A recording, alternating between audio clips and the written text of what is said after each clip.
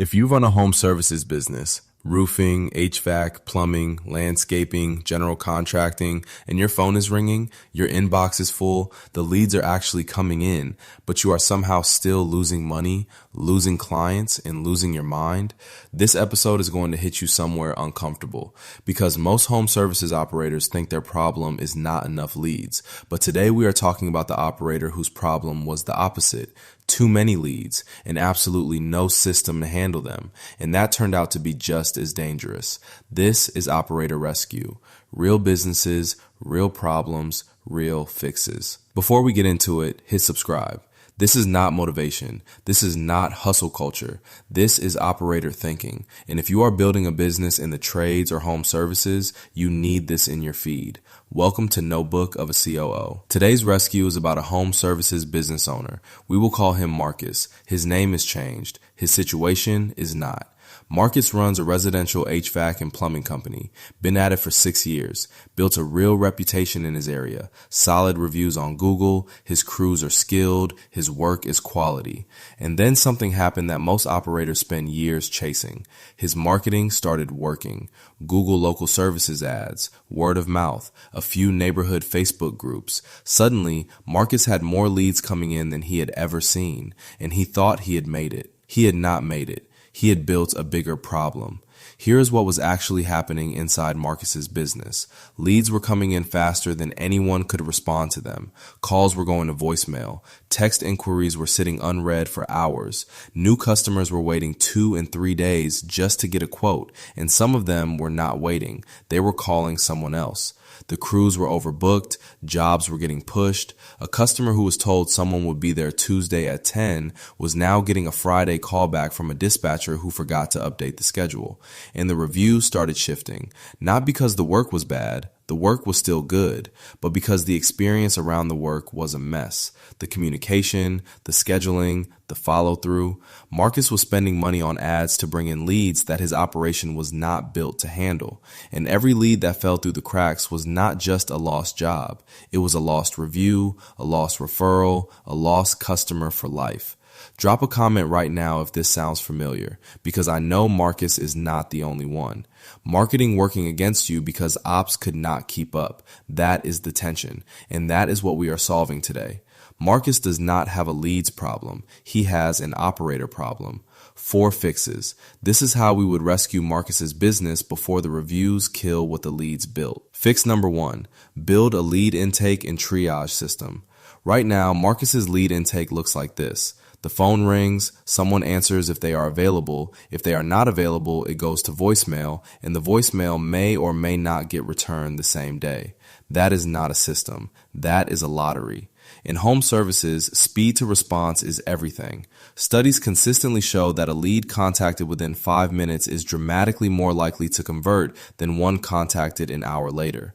You are competing with every other contractor in the area, and the first one to respond professionally almost always wins the job. The fix is to build a real intake protocol. That means every lead, regardless of where it comes from, enters a single system. A CRM built for home services, something like Service Titan, Jobber, or House Call Pro. Every lead gets logged. Every lead gets a response time standard. 30 minutes during business hours, no exceptions. And if Marcus does not have someone dedicated to handling that intake, that is the next conversation. Which brings us to fix 2. Fix number 2, separate the admin role from the field role completely. One of the most common things I see in growing home services businesses is this. The owner or a lead tech is somehow expected to run jobs and answer calls and schedule appointments and follow up on estimates.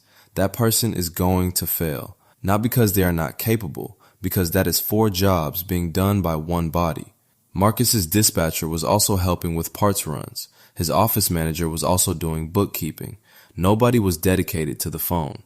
And that meant the phone was nobody's job, which means it was everyone's problem. The fix here is a dedicated customer service and scheduling function. This does not have to be expensive. A part-time remote dispatcher, a virtual receptionist service, even a well-trained team member whose primary job is phone and scheduling.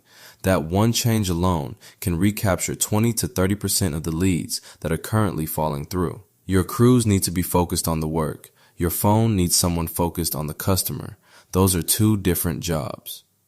Fix number 3. Build a capacity plan before you spend another dollar on ads. This one is the one that most operators do not want to hear. Marcus had no idea what his actual capacity was. He knew roughly how many crews he had and roughly how many jobs they could do in a week, but he had never done the math on what that actually meant for lead volume. How many jobs can each crew realistically complete per day? How many days per week are those crews available? What types of jobs take longer and what types are quick turns? What is the current backlog and how many new jobs can actually be absorbed without blowing the schedule? If you do not know those numbers, you cannot run ads responsibly, because every lead your ads bring in that you cannot serve is a lead you paid for and lost, and that customer is now going to leave a bad review or just never call you again. The fix is to build a simple capacity model, not complicated. A spreadsheet works. Crews times jobs per day times available days equals your weekly capacity ceiling. You do not book past 80% of that ceiling, and you do not increase your ad spend until you have the capacity to handle what that spend will produce. Drop a comment if you have ever turned on ads before your operation was ready for them, because this is one of the most expensive mistakes in home services, and nobody talks about it enough. Fix number 4. Build a communication SOP for every stage of the lead journey.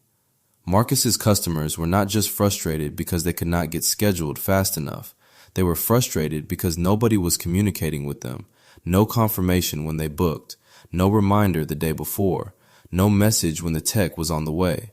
No follow-up after the job to make sure everything was right. And in home services, communication is the product as much as the actual work is. Because the customer cannot evaluate the quality of your HVAC repair or your plumbing installation.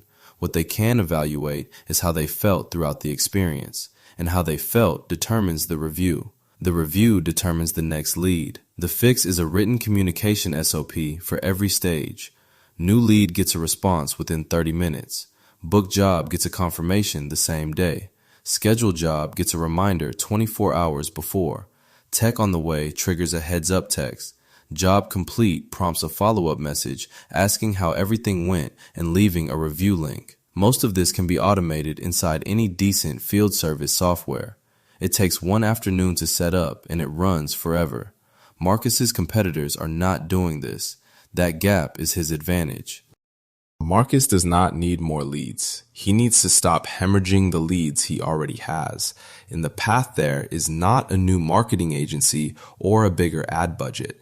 It is 4 operational changes that cost almost nothing to implement. A real lead intake system with response time standards. A dedicated admin function that is not also trying to run a field operation. A capacity model that tells you exactly how much volume you can absorb before you start making promises you cannot keep. And a communication SOP that turns every job into a potential 5-star review. This is what operator thinking looks like in the trades. Not hustle, not more ads. Systems that protect the revenue you are already earning. If you want a structured framework to work through this in your own business, that is exactly what we built the Operator Hub and the Operator Academy around. The link is in the description. Go check it out.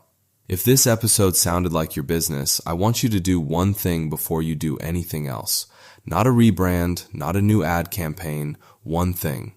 Count how many leads came in this week. Then count how many of them actually got a response within 30 minutes. That gap is your starting point. Share this episode with someone in the trades who needs to hear it, because this is the conversation nobody is having out loud, and the operators who hear it and act on it are the ones who are going to be standing when everyone else has burned through their reputation chasing volume they could not handle. This is Operator Rescue. Real businesses, real problems, real fixes. And subscribe if you have not, because we are just getting started. Wherever you are, that is exactly where you are supposed to be, but that does not mean you have to stay there. Until next time.